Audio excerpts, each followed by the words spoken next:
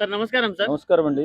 So ఈ రోజు నరేంద్ర మోడీ గారి గురించి మాట్లాడుతూ పవన్ కళ్యాణ్ గారు కొంచెం ఎమోషనల్ అయ్యారు కదా. సో అవును. దాని గురించి ఏం చెప్తారు? నిజమే గదా!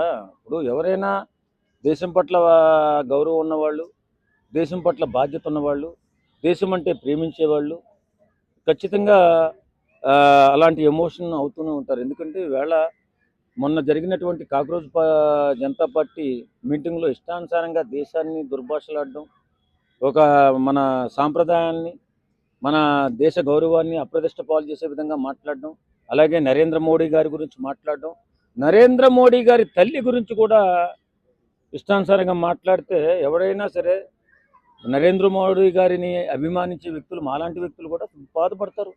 బాధపడడంలో తప్పు ఉంది. అలాగే పవన్ కళ్యాణ్ గారు కూడా ఆయన్ని మనకంటే ఎక్కువగా దగ్గరగా చూస్తాడు, దగ్గరగా ప్రేమిస్తాడు. కాబట్టి ఈవేళ పవన్ కళ్యాణ్ గారు ఎమోషన్ ఫీల్ అయ్యారు. దేశం పట్ల బాధ్యత లేనటువంటి కొంతమంది వ్యక్తులు ఇష్టానుసారంగా మాట్లాడుతుంటే మరి ఎవరైనా ఫీల్ అవుతారండి అలాగా. అంటే దేశం గురించే 24 అవర్స్ ఆలోచించే వ్యక్తి మోదీ గారు. అలాంటి ఆయన్ని అలా తిట్టడం కరెక్ట్ కాదన్నట్టు కూడా మాట్లాడారు కదా. నిజమే కదా! ఎదవలకి ఏం పని లేదు.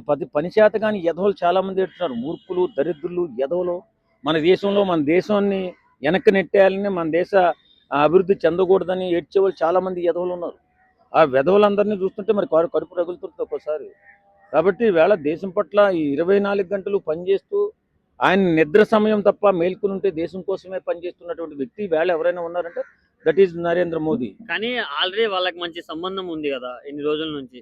సో మంచి మార్కులు కొట్టేయాలని నాటకాలు ఆడుతున్నారు అన్నట్టు కొంతమంది ట్రోల్స్ చేస్తారు. మార్కులు కొట్టేయడం కోసం అంటే ఆయన అంటే ఏదో మార్కులు కొట్టేయడం కోసం మాట్లాడతాడు. మరి నేను కూడా మాట్లాడుతున్నాను కదా, నాకేం మార్కులు వస్తాయని. నాకేం మార్కులు రావు. కానీ బాధ్యత, యువత పట్ల బాధ్యత, దేశం పట్ల బాధ్యత, మన గౌరవం పట్ల బాధ్యత. ఈవేళ ఇతర దేశాల్లోకి మన వాడు ఎవడన్నా వెళ్ళి నాది భారతదేశం అని చెప్తే చాలా గౌరవంగా, ఇంతకుముందు హేళనగా చూసేటటువంటి వాళ్ళు ఈవేళ గౌరవంగా చూస్తున్నారంటే అది నరేంద్ర మోడీ గారి పరిపాలన వల్లే. ఈవేళ ఇంతకుముందు ఇష్టానురీతిగా మన దేశంలో ఎన్నో రకాల దేశాన్ని నాశనం చేయాలని బాంబు బ్లాస్టులు జరుగుతుంటే ఈవేళ జరగకపోవడానికి కారణం, దేశం భద్రతగా ఉండడానికి కారణం నరేంద్ర మోడీ గారు తీసుకొచ్చినటువంటి ఆ బలమైనటువంటి కార్యక్రమాలు. కాబట్టి ఈవేళ నరేంద్ర మోడీ గారిని పనికిమాలిన ఎదవలు ఎంతమంది తిట్టినా, దేశాన్ని నాశనం చేయాలని ఎంతమంది చూసినా వాళ్ళే నాశనం అయిపోతున్నారు తప్ప నరేంద్ర మోదీ అనేవాడు ఇవాళ 3వ ప్రధానమంత్రి. కొంతమంది మూర్ఖులు అంటారు చదువు లేదు, ఆయన ఎలా పరిపాలిస్తారు. చదువు లేకపోవడం రా సన్నాసులారా.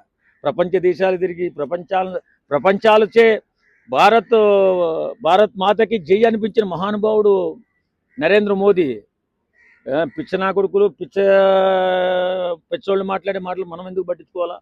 ఈవేళ మన దేశం ఇంత పటిష్టంగా ఉండడానికి కారణం నరేంద్ర మోదీ.